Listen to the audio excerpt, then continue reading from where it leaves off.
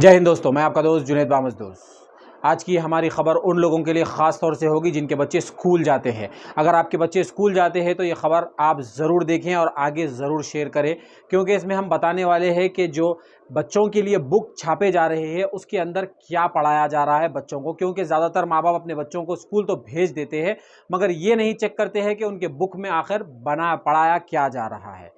कुछ दिन पहले एक पब्लिशर ने उनके बुक में 8th क्लास की बुक में तेलंगाना के शहर में, तेलंगाना के स्टेट में ये बात वहाँ सामने आई थी कि 8th क्लास की बुक में एक टेररिस्ट का डेफिनेशन दिया गया था, जिसमें एक टेररिस्ट बताया गया था कि वो पूरा मुसलमान है, जिसके एक हाथ में रॉकेट लॉन्चर दिया गया था, दूसरे हाथ में कुरान मजीद देकर ये बताने की कोशिश की जा रही थी कि टेररिस्ट का डेफिनेशन मुसलमान होता है शायद।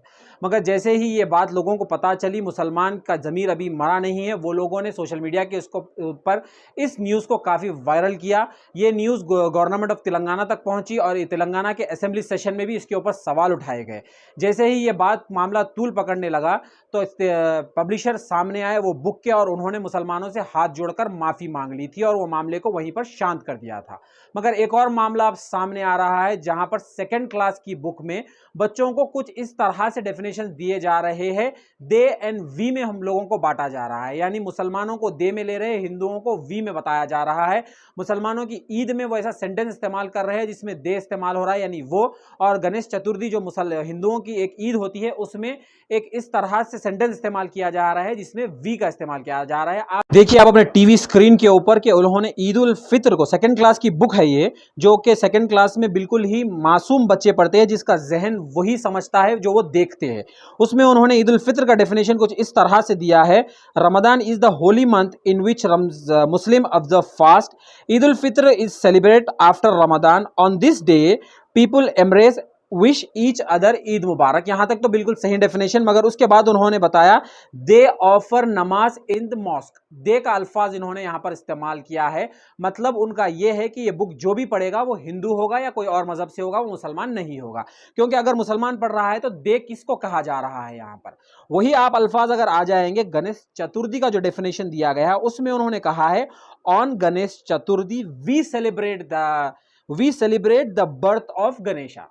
यानी वो लोगों ने यहां पर इस्तेमाल किया है वी का अल्फाज, मुसलमानों के लिए दे का और हिंदुओं के लिए वी का। यहां पर ये लोग क्या बताना चाहते हैं कि ये बुक पढ़ने वाले सिर्फ हिंदू ही बच्चे होंगे, मुसलमान कोई नहीं होगा। जो पढ़ेगा ये मुसलमान नहीं पढ़ सकता। इनका मतलब यहां पर एक मासूम बच्चों को बांटा जा रहा है। क्लास के ये पाठ पढ़ाया जा रहा है। एनसीईआरटी वाले क्या कर रहे हैं, क्योंकि कोई भी बुक छपने से पहले कम से कम 5 आला ओहदेदारों से गुजरती है, 5 जानकार उसे देखते हैं, उसके बाद जाकर बुक प्रिंट होती है। इसके अंदर भी क्या मिस्टेक का नाम लेकर इसको चेंज कर दिया जाएगा? ये किस तरह का षड्यंत्र चल रहा है, किस तरह की कॉन्स्पिरेसी चल रही है कि एक तरफ मुसलमानों को बताया जा रहा है कुरान मजीद हाथ में देकर टेररिस्ट का डेफिनेशन, और एक आप पिक्चर अपने टीवी स्क्रीन पर देखिए कि इसमें मुसलमानों को, यानी एक मुसलमान को बेगर के रूप में बताया जा रहा है। एक भिखारी के तरह बैठा हुआ इंसान भीख मांग रहा है, टोपी लगाया हुआ, दाढ़ी है, मगर वहां पर बेगर लिखकर बताया जा रहा है। मतलब छोटे बच्चों को यह बताया जा रहा है कि भीख मांगने वाले सिर्फ मुसलमान होते हैं। ये यहां पर मुसलमानों के साथ किस तरह की कॉन्स्पिरेसी चल रही है, इस बात को सामने लाने की जरूरत है। अगर आपके बच्चे स्कूल जाते हैं तो आप लोग चुप मत बैठिए, इस बुक्स के ऊपर देखिए और स्कूल वालों से सवाल कीजिए, और हमारे इस वीडियो को ज्यादा शेयर कीजिए ताकि उन लोगों तक पहुंच सके जिन लोगों ने इस बुक को पब्लिश किया है, और वो पब्लिशर की तरह माफी मांगे सामने आकर, जो पब्लिशर ने माफी मांगी थी एक कुरान मजीद टेररिस्ट के हाथ में देकर पिक्चर बनाने पर। इस वीडियो को शेयर करिए आपके दोस्त अहबाब के साथ भी। आगे आने वाली तमाम इंफॉर्मेटिव न्यूज़ के लिए हमारे चैनल को लाइक और सब्सक्राइब करना ना भूलें।